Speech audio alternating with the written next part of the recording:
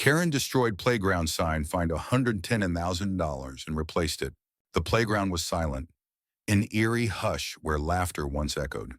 A jagged stump of wood jutted from the ground where the community's beloved sign once stood, its colorful rules for safe play now reduced to splinters.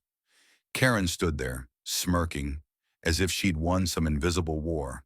It was a crisp Saturday morning in Maplewood, a tight-knit suburb where the playground was the heart of the community. Families gathered there daily, kids swinging from monkey bars, parents swapping stories on benches. The sign, hand-painted by local kids during a summer art project, wasn't just a set of rules, it was a symbol of their shared pride. No running on slides. It read in cheerful reds and blues, alongside doodles of smiling suns and stick-figure families.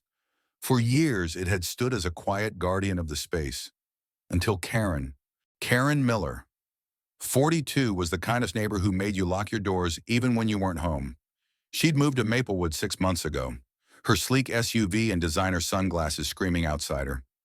Complaints followed her like a shadow too loud parties, trash cans left out for days, and a habit of parking across two spaces, but nobody expected her to target the playground. It started with a petition. Karen, in her first week, marched to the community board meeting, heels clicking, demanding the playground's outdated rules be rewritten.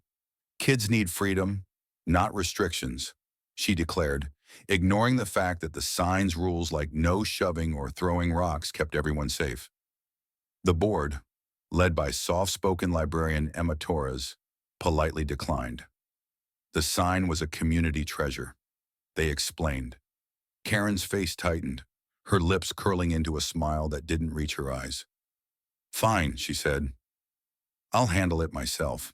The next morning, Emma got a call from a neighbor, voice trembling. "The sign, it's gone." Emma rushed to the playground, heart sinking as she saw the wreckage. The wooden post was snapped in half, its painted surface smashed into chunks. Splinters littered the grass like confetti from a cruel celebration.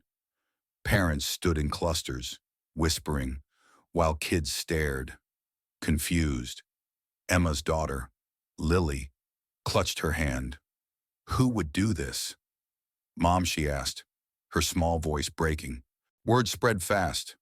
By noon, a crowd had gathered, piecing together the story. A teenager, Tim, had seen it happen.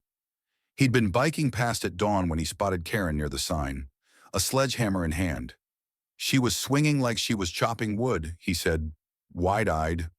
"I thought she was just mad." But then the sign went down. Tim's shaky phone video confirmed it. Karen, in yoga pants and a scowl, slamming the hammer into the sign until it collapsed. She'd even kicked the pieces before driving off. The community's shock turned to fury.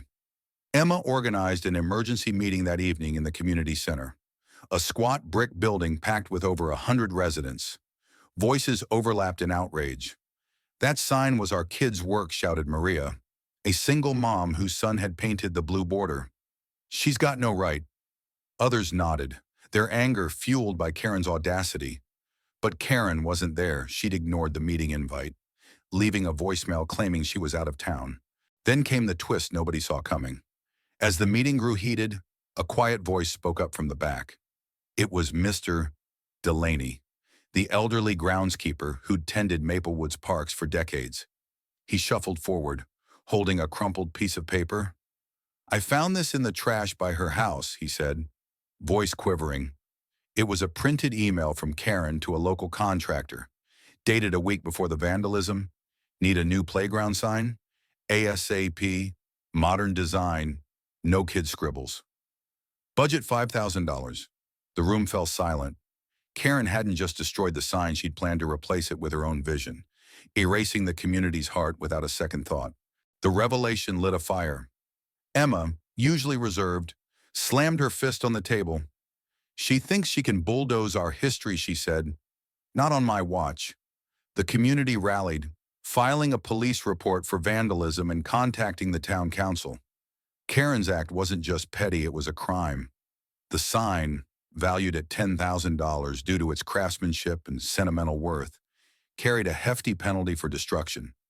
Lawyers got involved, and whispers of a lawsuit began to circulate. Karen returned 2 days later, unfazed, pulling into her driveway as neighbors glared. When confronted by Emma and a small group, she laughed. "It was an ugly sign," she said, flipping her hair. "You're all overreacting. I'll pay for a better one." Her nonchalance was gasoline on the fire. "You don't get it," Maria snapped, stepping forward. "That sign was ours. You don't get to decide what we value." Karen rolled her eyes, muttering about small-town drama before slamming her door. The tension boiled over at the town hall hearing a week later. The room was packed, standing room only, with parents, kids, and even local reporters. Karen sat at the front, arms crossed, her lawyer beside her. The prosecutor laid out the evidence: Tim's video, Mr. Delaney's email, and photos of the shattered sign. Karen's defense was flimsy. She claimed she'd lost her temper after tripping over the sign's post, which she called a hazard. The crowd scoffed. The judge, a stern woman with no patience for nonsense, wasn't buying it either. Then came the high point. Emma took the stand, her voice steady but thick with emotion. She spoke of the sign's history, how her daughter Lily had spent hours painting it, how it represented Maplewood's spirit. Karen didn't just break wood, she said, eyes locked on the defendant. She broke our trust. She broke our kids' pride. Lily, sitting in the front row, wiped away tears. The room was silent, save for the occasional sniffle. Even the judge's expression softened. Karen's lawyer tried to pivot, arguing her client was willing to replace the sign. But the community wasn't interested in her money, they wanted justice. The judge agreed. Citing the deliberate nature of the act and the sign's cultural value, she slapped Karen with a $110,000 fine, $10,000 for the sign's replacement, $50,000 in punitive damages, and $50,000 for community restitution. Karen's face went pale, her smirk gone. She was also ordered to personally fund and oversee the sign's restoration, using the original kid's design, under the community's supervision. The aftermath was bittersweet. Karen paid the fine, though rumors swirled she had to sell her SUV to cover it. The new sign went up 3 months later, an exact replica of the original, painted by the same kids, now a year older. At the unveiling, the community cheered, but Karen was nowhere to be seen. She'd moved out, her house listed for sale. Some said she couldn't handle the glares, others said the fine broke her. Either way, Maplewood didn't care. They had their playground back, their spirit intact. The story didn't end there, though. The playground became a local legend, a cautionary tale about respecting what others hold dear. Emma started a blog about the ordeal, urging readers to share their thoughts. Was the fine too harsh, she wrote, or did Karen get what she deserved? Tell us, where do you stand on justice in a community? The comments poured in, some calling Karen a villain, others debating the price of accountability. The sign stood tall, a quiet reminder that actions have consequences, and communities, when united, can rebuild what's broken.